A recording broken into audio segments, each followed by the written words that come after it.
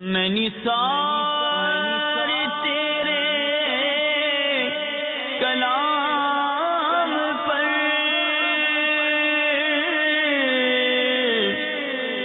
ملیوں تو کس کو زبان نہیں، وہ سخن ہے جس میں سخن نہ ہو، وہ بیان ہے جس کا بیان نہیں۔ الحمدللہ رب العالمین، والصلاة والسلام على سید المرسلین، اما بعد فاعوذ باللہ من الشیطان الرجیم، بسم اللہ الرحمن الرحیم۔ الصلاة والسلام علیکہ یا رسول اللہ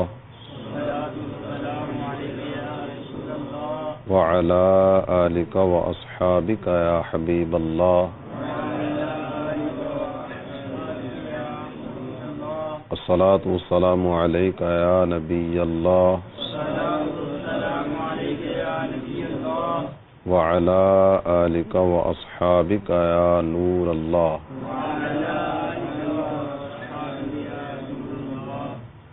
میرے پیارے اسلامی بھائیوں اور مدنی چینل کے ناظرین، ہم اس وقت مدنی چینل کے سلسلے پیارے آقا کی پیاری باتیں میں حاضر ہیں۔ نام ہی سے ظاہر ہے کہ اس مبارک سلسلے میں ہم اپنے پیارے پیارے آقا صلی اللہ تعالی علیہ وآلہ وسلم کی پیاری پیاری باتیں کریں گے، اور کیوں نہ ہو کہ ہمارے آقا کی پیاری پیاری باتیں تو اتنی پیاری ہیں کہ میری بات بن گئی ہے تیری بات کرتے کرتے۔ اللہ تعالی ہمیں اپنے پیارے آقا صلی اللہ تعالی علیہ وآلہ وسلم کے دامن اقدس سے وابستہ رہ کر زندگی بسر کرنے کی توفیق عطا فرمائے۔ آئیے سلسلے کی ابتدا نبی رحمت شفیع امت صلی اللہ تعالی علیہ وآلہ وسلم کی ذات بابرکت پر ہدیہ صلاۃ والسلام پیش کرنے کی فضیلت سے کرتے ہیں۔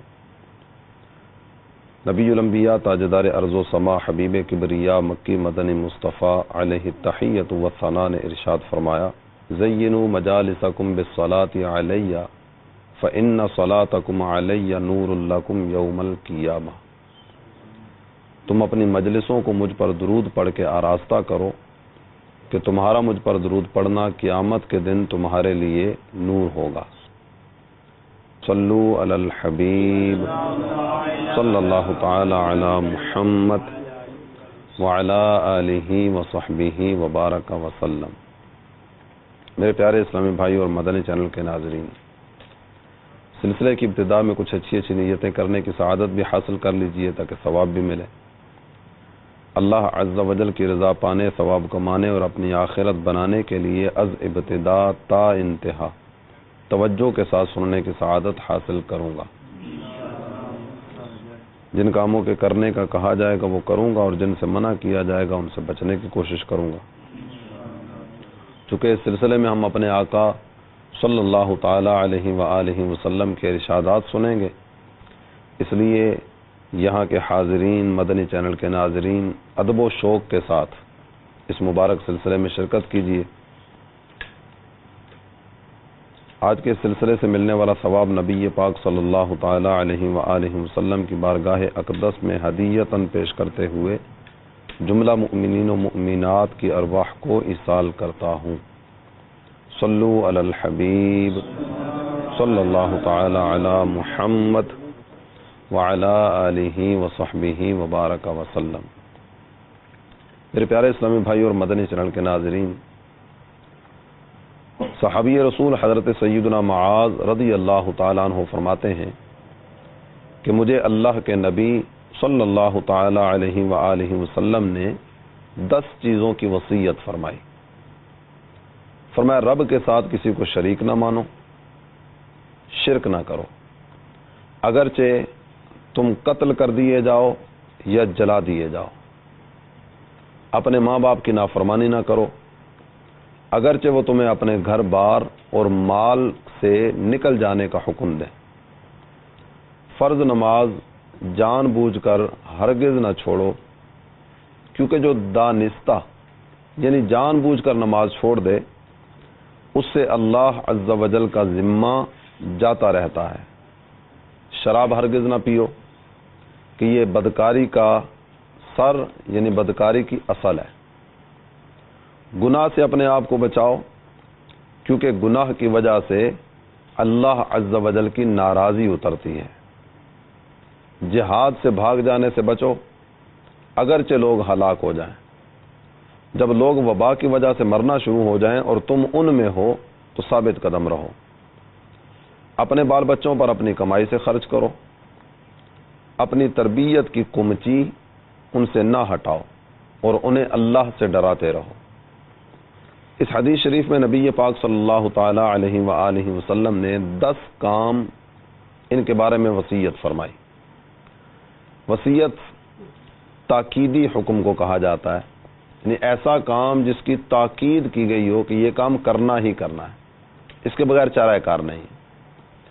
ویسے اپنے ہاں ایک تھوڑا سا فرق بیان کیا جاتا ہے کہ نصیحت ہوتی ہے جس میں کسی کام کے کرنے کا حکم دیا جائے، اور وصیت وہ ہوتی ہے جو قریب المرگ دنیا سے جانے والا اپنے دنیا سے جانے سے پہلے کچھ کام کہے، جبکہ وصیت جو ہے یہ ہر تاکیدی حکم کو بھی کہا جاتا ہے۔ قرآن پاک میں اللہ تعالیٰ جل جلالہ نے ارشاد فرمایا یوصیکم اللہ فی اولادکم، اللہ تعالیٰ تمہیں تمہاری اولاد کے بارے میں تاکیدی حکم فرماتا ہے۔ تو وصیت سے مراد تاکیدی حکم ہوتا ہے۔ سرکار دو عالم صلی اللہ تعالی علیہ وآلہ وسلم نے بالتاکید 10 کام کرنے کا حکم فرمایا۔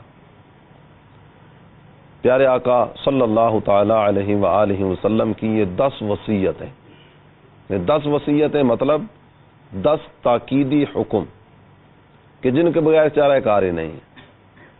چونکہ سب سے پہلے ایمان، تو سب سے پہلے ہمارے آقا صلی اللہ تعالی علیہ وآلہ وسلم نے ایمان کی بات فرمائی، لا تشرک باللہ شیئا، اللہ کے ساتھ کسی کو شریک نہ ٹھہرانا۔ قرآن پاک کی آیات طیبات کی تلاوت اگر آپ کریں تو اللہ تعالیٰ جل جلالہ نے ایمان پر قائم رہنے کا حکم کتنی آیات مبارکہ میں دیا۔ کتنی ہی آیات مبارکہ اس طرح کی ہیں کہ جن میں شرک سے بچے رہنے کی تاکید فرمائی۔ ان اللہ لا یغفر ان یشرک بہ ویغفر ما دون ذلک لمن یشاء، شرک ایک ایسا گناہ ہے اور ایک ایسا برا فعل ہے کہ جس کی معافی کی صورت ہی نہیں ہے۔ اللہ تعالیٰ شرک کو معاف نہیں فرمائے گا، وَيَغْفِرُ مَا دُونَ ذَلِكَ لِمَن يَشَاءُ، اور اس کے علاوہ جتنے بھی گناہ ہیں ان میں سے جسے چاہے معاف فرما دے۔ حضرت لقمان ان کے نام پر قرآن پاک کی پوری ایک سورہ مبارکہ ہے۔ چونکہ اپنا موضوع ان 10 چیزوں کے بارے میں مختصر مدنی پھول بیان کرنا ہے، اس لیے کسی ایک موضوع کی طرف ہم زیادہ بالتفصیل نہیں بڑھ سکیں گے تاکہ تمام سرکار دو عالم صلی اللہ تعالی علیہ وآلہ وسلم کے ارشادات سے تھوڑی تھوڑی برکتیں حاصل کرتے چلے جائیں۔ تو سب سے پہلی بات جو ذکر فرمائی گئی لا تشرک باللہ۔ حضرت لقمان اپنے بیٹے کو نصیحت کرتے ہیں اور نصیحت کرتے ہوئے ارشاد فرماتے ہیں یا بنیا لا تشرک باللہ، اے میرے پیارے بیٹے اللہ کے ساتھ کسی کو شریک نہ ٹھہرانا، اس لیے کہ شرک جو ہے نا یہ ظلم عظیم ہے، بہت بڑا ظلم ہے۔ آپ خود غور فرمائیے کہ جس رب نے پیدا کیا بندہ اسی رب کے ساتھ معاذ اللہ ثم معاذ اللہ کسی اور کو شریک ٹھہرا رہا ہے۔ جس رب نے پیدا کیا، جس رب نے رہنے سہنے کے لیے سارا کچھ دیا، جس رب نے انواع و اقسام کی نعمتیں عطا فرمائیں، جس رب نے اتنا کچھ دیا کہ جس کا کوئی حد و حساب ہی نہیں ہے، تو اس لیے سرکار دو عالم صلی اللہ تعالی علیہ وآلہ وسلم نے سب سے پہلے جس بات کا حکم ارشاد فرمایا وہ ہے لا تشرک باللہ شیئا، اللہ کے ساتھ کسی کو شریک نہ ٹھہرانا۔ اور اس کے معن بعد جو بات ذکر فرمائی گئی، اگرچہ تم قتل کر دیے جاؤ اور اگرچہ تم جلا دیے جاؤ، جیسا بھی کٹھن وقت آ جائے نا اور جتنی بھی بڑی سے بڑی آزمائش کی گھڑی آ جائے، بندہ مومن کو چاہیے کہ اپنے رب سے تعلق کو مضبوط رکھے، کبھی بھی یہ شرک کی طرف نہ بڑھے، کبھی بھی اللہ تعالیٰ جل جلالہ کے ساتھ کسی کو شریک نہ ٹھہرائے۔ اللہ تعالی ہمیں ایمان پر استقامت نصیب فرمائے۔ امیر اہل سنت نے کتنی پیاری پیاری دعائیں کی ہیں ایمان کے خاتمے کے حوالے سے۔ الہی برے خاتمے سے بچانا، پڑھوں کلمہ جب نکلے دم یا الہی۔ اللہ تعالیٰ دنیا میں بھی ہمارا ایمان سلامت رکھے، اور نزع روح کے وقت بھی، روح کے نکلتے وقت بھی، تو یہ گھڑی جو ہے نا یہ بہت آزمائش کی گھڑی ہوتی ہے۔ اللہ تعالیٰ اس وقت بھی ہمارا ایمان سلامت رکھے، اور ایک لمحے کے لیے بھی ہمارا ایمان ہم سے جدا نہ ہو۔ اس کے بعد دوسری بات جو ذکر فرمائی وہ ہے وَلَا تُعَقَّنَّ وَالِدَيْكَ وَإِنْ أَمَرَاكَ أَن تَخْرُجَ مِنْ أَهْلِكَ وَمَالِكَ۔ اپنے والدین کی نافرمانی نہ کرو، اگرچہ وہ تمہیں اپنے گھر بار سے اور مال سے نکل جانے کا حکم دے دیں۔ والدین گھر سے نکال دیں، یا تمہارے پاس جو بھی سرمایہ، تمہارے پاس جو بھی مال ہے وہ سارے کا سارا مال تم سے لے لیں، نہیں ایسا بھی ہونا تو بھی والدین کی نافرمانی نہ کرو، جو فرماتے ہیں سر تسلیم خم۔ آج ہماری ایک شاید بہت بڑی تعداد اس طرح کی ہوگی جو والدین کی نافرمانی کر جاتی ہوگی۔ والدین کو آنکھیں دکھانے والے بھی ہیں، والدین کو ڈانٹنے والے بھی ہیں، معاذ اللہ ثم معاذ اللہ والدین کو مارنے والے بھی ہوں گے۔ یعنی کتنی بڑی بد نصیبی ہے کہ والدین پر ہاتھ چلاتے ہیں، جبکہ بالکل ابتدا میں چلے نا سب سے مشکل پرورش انسان کے بچے کی۔ جانوروں کی اولاد آپ دیکھتے ہوں گے، ادھر بچہ پیدا ہوتا ہے ساتھ ہی پھدکنا شروع ہو جاتا ہے، ادھر پیدا ہوا ساتھ ہی دوڑنا شروع کر دیتا ہے۔ سب سے مشکل پرورش جو ہے نا وہ انسانی بچے کی۔ کتنے سال لگ جاتے ہیں کہ جن سالوں میں اس کو پوری توجہ کی حاجت ہوتی ہے۔ جب پیدا ہوتا ہے ننگا، موسمی تغیرات و تبدلات سے بچانے والی اس کے والدین کی ذاتی ہوتی ہے۔ ظاہری اسباب جو دنیا کے ہیں، اس کے والدین اس کو موسمی تغیرات و تبدلات سے بچاتے ہیں۔ اس کے کھانے پینے رہنے سہنے کے معاملات، بولنے کی سکت نہیں ہے، اٹھنے کی ہمت نہیں ہے، اپنی تمنا اور اپنے دل کی بات کا اظہار کرنے کی ہمت نہیں ہے، کوئی اس طرح کی صورت ہی نہیں ہے۔ لیکن والدین کیسے مزاج شناس ہوا کرتے ہیں کہ کس وقت بچے کو کس چیز کی حاجت ہے، اس کی طبیعت اور اس کی شکل و صورت اور اس کی حیت کو دیکھ کر پہچان جاتے ہیں۔ وقت پہ اس کی غذا کا اہتمام ہوتا ہے، وقت پہ اس کے رہنے سہنے کا انتظام ہوتا ہے۔ وہ بچہ جو اپنی جسمانی تکلیف بتانے پر بھی قادر نہیں ہے، لیکن والدین سمجھ جاتے ہیں اس وقت اسے کچھ تکلیف ہے، اور وہ تھوڑا سا وہ ہاتھ ہلا کر جائزہ لے کر یا کسی نہ کسی انداز میں کچھ اندازہ بھی لگا لیتے ہیں۔ تو یہ والدین بہت زیادہ محبت کرنے والی اللہ تعالی جل جلالہ کی نعمتیں ہیں۔ دنیا میں بڑی بڑی نعمتیں ہیں نا، لیکن بہت ساری نعمتیں اس طرح کی ہیں کہ جن کا متبادل موجود ہے۔ کسی آدمی کے پاس رقم تھی، ضائع ہو گئی، جانے والی دولت دوبارہ مل سکتی ہے۔ مکان تھا، تباہ ہو گیا، دوبارہ بن سکتا ہے۔ زلزلہ آتا ہے، سیلاب آتا ہے، دیگر کتنی آفات سماویہ یا کس طرح کے مصائب کا سامنا لوگوں کو کرنا پڑتا ہے، لیکن وہ بالکل برباد ظاہری طور پر ہو جانے کے باوجود بھی دوبارہ اپنے پاؤں پہ کھڑے ہو جاتے ہیں۔ یعنی بہت ساری نعمتیں اس طرح کی ہیں کہ جن کا متبادل مل جاتا ہے، دوبارہ وہ نعمتیں حاصل ہو سکتی ہیں، لیکن والدین ایک ایسی نعمت ہیں کہ جو جانے کے بعد دوبارہ ملتی نہیں ہے۔ تو اس لیے میرے مدنی چینل کے ناظرین اپنے والدین کی قدر کیجیے۔ ہمارے ہاں عام طور پر جب بات ہوتی ہے نا والدین کی قدر کے بارے میں، والدین کا ادب و احترام کرنے کے بارے میں، تو ایک چیز جس کی طرف تھوڑی سی توجہ عام عوام کی بھی جاتی ہے، جناب ہم خدمت تو کرتے ہیں والدین کی، بہت ادب کرتے ہیں، بہت احترام کرتے ہیں، کسی چیز کی کمی نہیں ہے ہمارے والدین کو، ہم بہت دیکھ بھال کرتے ہیں۔ وہ دیکھ بھال کیا ہے؟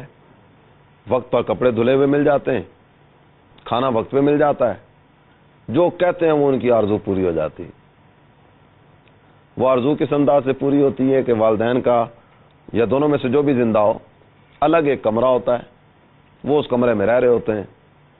اگر وہ بیچارے صحیح انداز میں چل پھر نہیں سکتے تو اسی کمرے میں ان کا رہنے سہنے کا انتظام ہے، کپڑے دھلے ہوئے مل جائیں گے، کھانا وقت پہ مل جائے گا، باقی ان کے پاس بیٹھ کر محبت کے دو بول بولنے والا کوئی نہیں ہوتا۔ ہم اپنا اگر جائزہ لینا کہ جوانی بھی ہے، صحت بھی ہے، اللہ تعالیٰ جل جلالہ کا کتنا کرم ہے، چلنے پھرنے پر قدرت بھی ہے، تمام کے تمام اعضاء صحیح انداز میں کام کر رہے ہیں، لیکن اگر کوئی ایک رات ہمیں تنہا رہنا پڑ جائے، کیسی جان لیوا رات ہوتی ہے، کیسی آزمائش کی گھڑی ہوتی ہے، اور ہم اس حال میں وہ صرف کھانے پینے اور لباس ہی کو خدمت سمجھ بیٹھے، ان کے پاس بیٹھنے والا، ان سے بات چیت کرنے والا، دل لبھانے والی باتیں کرنے والا، ان کے وہ اندر کی بات سننے والا، یا ان کے ساتھ کو پیار و محبت کی دو باتیں کرنے والا عام طور پر کوئی نہیں ہوتا۔ سرکار دو عالم صلی اللہ تعالی علیہ وآلہ وسلم نے والدین کے بارے میں یہ ارشاد فرمایا، ہما جنتک و نارک، تیرے والدین یہ تیری جنت بھی ہیں، تیری جہنم بھی ہیں، ان کی خدمت کر کے راہ جنت کا مسافر بنے گا، اور ان کو ناراض کر کے جہنم کے اٹھتے ہوئے شعلوں کے حوالے اپنے آپ کو کرے گا۔ اللہ تعالی ہمیں ان کا قدردان بنائے۔ اس کے بعد سرکار نے فرض نماز کی تاکید فرمائی، وَلَا تَتْرُكَنَّ صَلَاةً مَكْتُوبَةً مُتَعَمِّدًا، جان بوجھ کر نماز قضا نہ کرنا۔ جس نے جان بوجھ کر فرض نماز قضا کر دی، اللہ تعالی جل جلالہ کی زمان اس سے جاتی رہی۔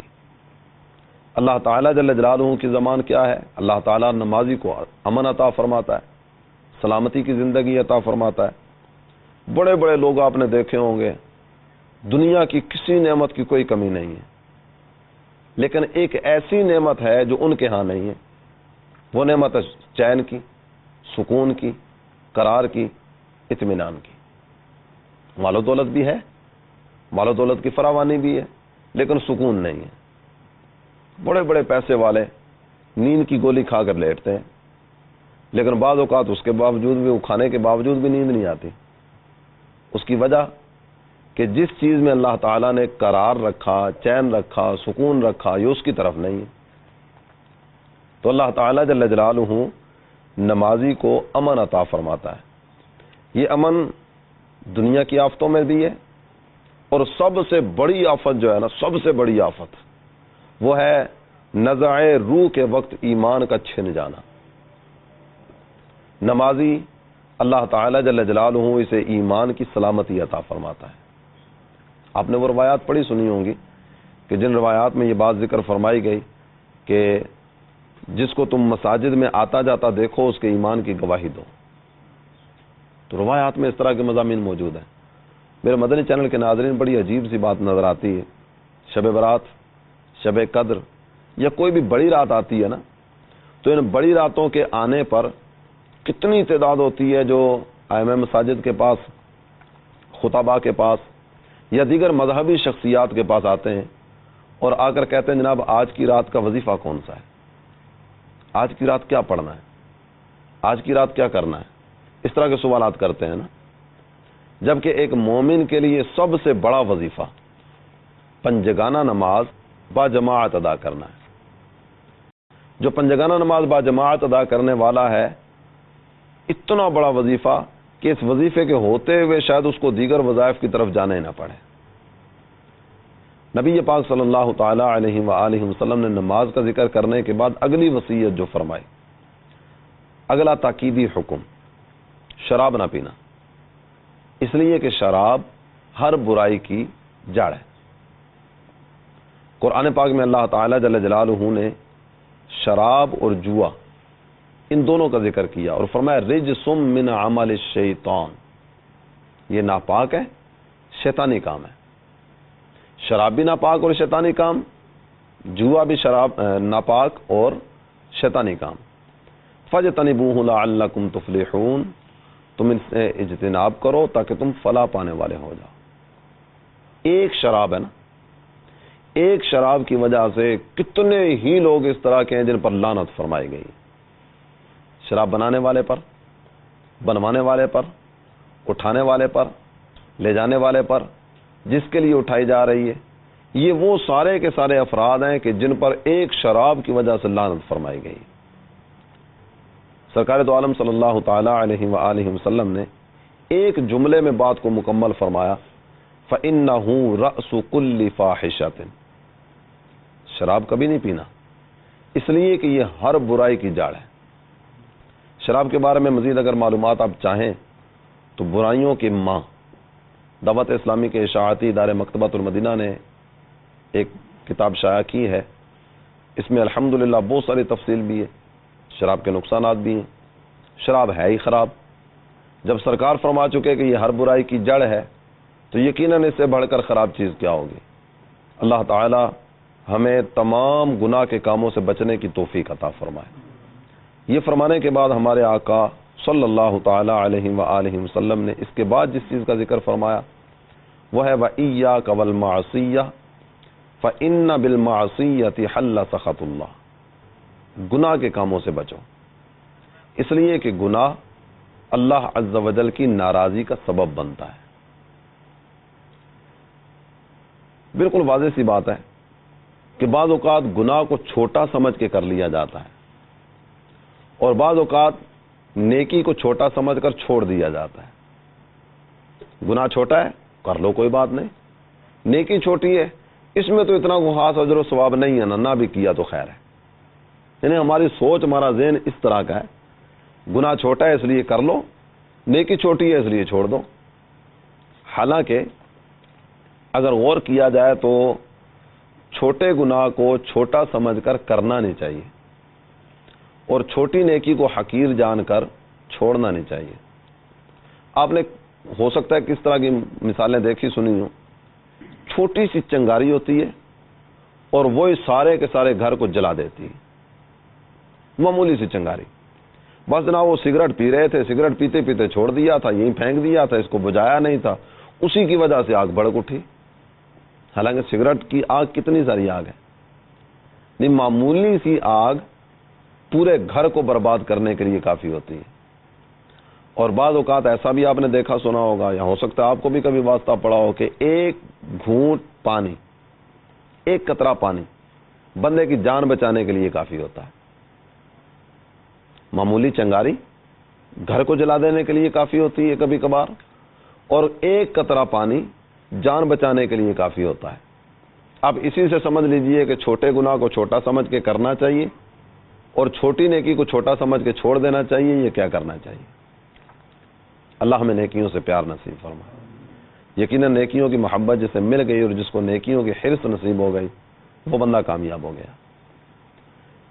اللہ تعالی ہمیں نیک اعمال کی طرف رغبت عطا فرمائے۔ کتنے نیک کام اس طرح کے ہوتے ہوں گے کہ جنہیں ہم شاید عدم توجہ کی وجہ سے چھوڑ جاتے ہوں گے۔ عصر کی سنتیں، عشاء کی سنتیں غیر موقدہ ہیں، نہیں پڑھیں گے تو کون سا گناہ ہے۔ یعنی شیطان نے کیسی سوچ بنا دی، نہیں پڑھیں گے تو کون سا گناہ ہے، اس طرف توجہ نہیں جاتی کہ پڑھ لیں گے تو ثواب کتنا ہے۔ اسی طرح اور بہت سارے کام ہیں، گناہ کا کام شیطان کروانے کی طرف لے جاتا ہے اور نیکی کا کام چھڑانے کی طرف لے جاتا ہے۔ یہ فرمانے کے بعد نبی پاک صلی اللہ تعالی علیہ وآلہ وسلم نے فرمایا وَإِيَّاكَ وَالْفِرَارَ مِنَ الزَّحْفِ وَإِنْ هَلَكَ النَّاسِ، میدان جہاد سے بھاگنے سے بچو اگرچہ لوگ ہلاک ہو رہے ہوں، یعنی میدان چھوڑ کے بھاگنے والا کام نہ کرو۔ اور جب کسی علاقے میں کوئی اس طرح کی وبا پھیل جائے جس وبا سے لوگ مر رہے ہوں اور تم وہاں موجود ہو تو وہ جگہ چھوڑ کے نہ جانا، اس لیے کہ اگر لوگ وہاں سے نکلنا شروع ہو جائیں گے تو مرنے والوں کے لیے غسل کفن دفن کا انتظام کون کرے گا؟ تو تم ان کے غسل کفن دفن کا انتظام کرنے کے لیے وہیں رکو۔ موت اس کا وقت مقرر ہے، جب آنی ہے تم وہاں ہو یا وہاں سے نکل جاؤ، موت تو آ کر رہے گی۔ وَأَنفِقْ عَلَىٰ عِيَالِكَ مِن طَوْلِكَ، اپنے اہل خانہ پر اپنی کمائی سے خرچ کرو۔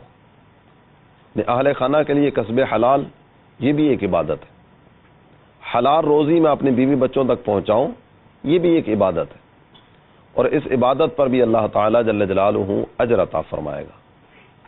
ان کے کھانے پینے رہنے سہنے کا انتظام کرو اور ادب کی کمچی ان سے نہ اٹھاؤ، یعنی ان کو ادب بھی سکھاتے رہو، بیوی کو بھی سمجھانے کا سلسلہ رہے، بچوں کو بھی سمجھانے کا سلسلہ رہے، بڑی اولاد کو کچھ تھوڑا بہت ڈانٹ کے بھی سمجھایا جا سکتا ہے، جیسی طبیعت ہو ان کی، ان کے مزاج کو سمجھتے ہوئے ان کو بچانے کی فکر میں رہو۔ وَآخِفْهُمْ فِي اللَّهِ، اور انہیں اللہ کا خوف یاد دلاؤ۔ علموا اولادکم حب رسول اللہ و اہل بیت رسول اللہ، اپنی اولاد کو اللہ کے رسول اور اللہ کے رسول کے اہل بیت کی محبت سکھاؤ صلی اللہ تعالی علیہ وسلم۔ تو اپنی اولاد کی تربیت کا اہتمام بھی ساتھ ساتھ کرتے رہو اور انہیں اللہ تعالی جل جلالہ کا خوف بھی یاد دلاتے رہو۔ چھوٹے بچے ہیں نا، آپ دیکھتے ہیں کہ یہ سادہ کاغذ ہے، اس کاغذ پہ کچھ بھی لکھا ہوا نہیں، لیکن ایک مرتبہ جب اس کاغذ پر آپ کچھ تحریر لکھ دیں گے تو وہ ایک مرتبہ لکھی ہوئی تحریر اس پر نقش ہو جائے گی۔ آپ یہ چاہتے ہیں کہ یہ جو تحریر لکھی جا چکی ہے میں اس کو مٹا کے دوسری لکھ دوں، تو پہلے جتنی بھی اچھے انداز سے مٹا لی جائے کچھ نہ کچھ اپنا اثر چھوڑ جائے گی۔ تو اس لیے بچوں کے سادہ دماغ میں کوئی تحریر لکھی جائے اس سے پہلے ہی اللہ اور اس کے رسول کی محبت کی تحریر نقش کر دو۔ جب بچہ بولنا شروع کرتا ہے تو ہمیں حکم دیا گیا کہ اس کو اپنے رب کا نام سکھاؤ، تو ابھی سے ہی اگر اس کے رب کا نام اس کی زبان پر آ جائے گا تو ساری زندگی اس کے مزے لوٹتا رہے گا۔ بچہ پیدا ہوتے ہی اذان کیوں؟ تاکہ ابتدا ہی اللہ کے نام سے ہو۔ اللہ تعالی ہمیں اپنے پیارے آقا صلی اللہ تعالی علیہ وآلہ وسلم کی ان پیاری پیاری وصیتوں یعنی ان تاکیدی احکامات پر عمل پیرا ہو کر زندگی بسر کرنے کی توفیق عطا فرمائے۔ آئندہ سلسلے میں ایک نئے موضوع کے ساتھ آپ کی خدمت میں حاضر ہوں گے۔ اللہ تعالی ہم سب کو عمل کی توفیق عطا فرمائے، آمین بجاہ النبی الامین صلی اللہ تعالی علیہ وآلہ وسلم۔ میں نثار تیرے کلام پر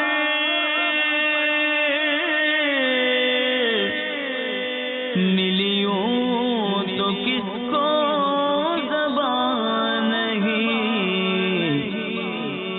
وہ سخن ہے جس میں سخن نہ ہو، وہ بیان